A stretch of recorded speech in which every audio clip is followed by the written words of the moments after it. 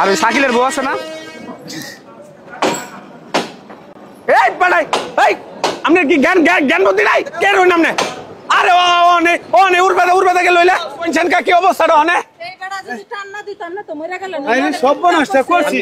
আরে দেখছুন কাকে, আরে গাড়ির তলে থাকলো কি সোনে না ভাই তো এই বেটার ধন্যবাদ দিতেছ। হ্যাঁ দেখছুন অবস্থাটা। হ্যাঁ ফোনে কথা কইতাছে না হলো 1 ঘন্টা ধরে ফোনে কথা কইতাছে। এই যে কানের ভিতরে এই যে এটা দেলো এটা দেখছুন অবস্থাটা বাদে আন্দা। আপনি কি ভাই আমার কথা শুনুন না, আপনি যে বারবার ডাকতেছেন বাবা সরুন হুমবা কইতে এই যে এটা লাগিয়া হুমতাছে না এই যে শলদি কাঁপতাছে। বোন একটু নি বোন পানি দিবেন মাথা, পানি দিবেন মাথা। এই ধরুন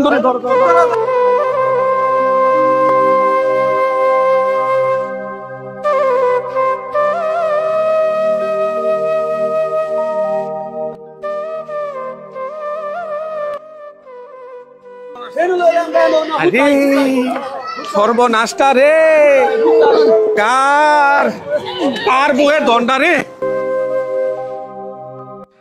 এভাবেই ঝরে যাচ্ছে হাজারো তাজা প্রাণ।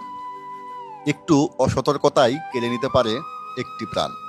আমরা কবে সচেতন হব, কবে আমাদের বোধোদয় হবে? আসুন প্রতিজ্ঞা করি, ট্রেন লাইন পারাপারে উভয় দিকে ভালো মতো দেখে পারাপার হব। কানে ইয়ারফোন লাগিয়ে ট্রেন লাইন পারাপার হব না।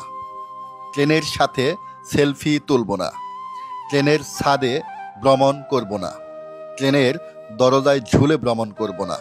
মনে রাখবেন, সময়ের চাইতে জীবনের মূল্য অনেক বেশি।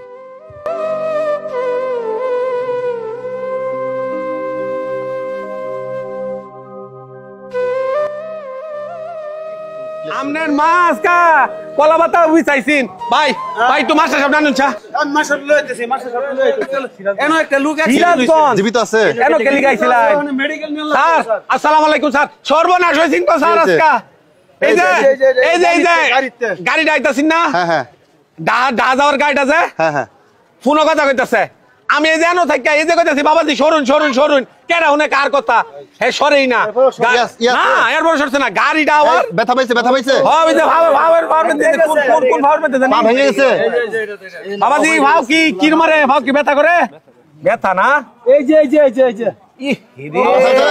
এই দ্রুত হসপিটালে নিয়ে যান হয়ে গেছে ভাও এই ধরে হসপিটাল মেডিকেল কোনে নাও কোন দিকে এই পাশে ধরেন এই আঙ্গন আরে হসপিটাল নিয়ে যান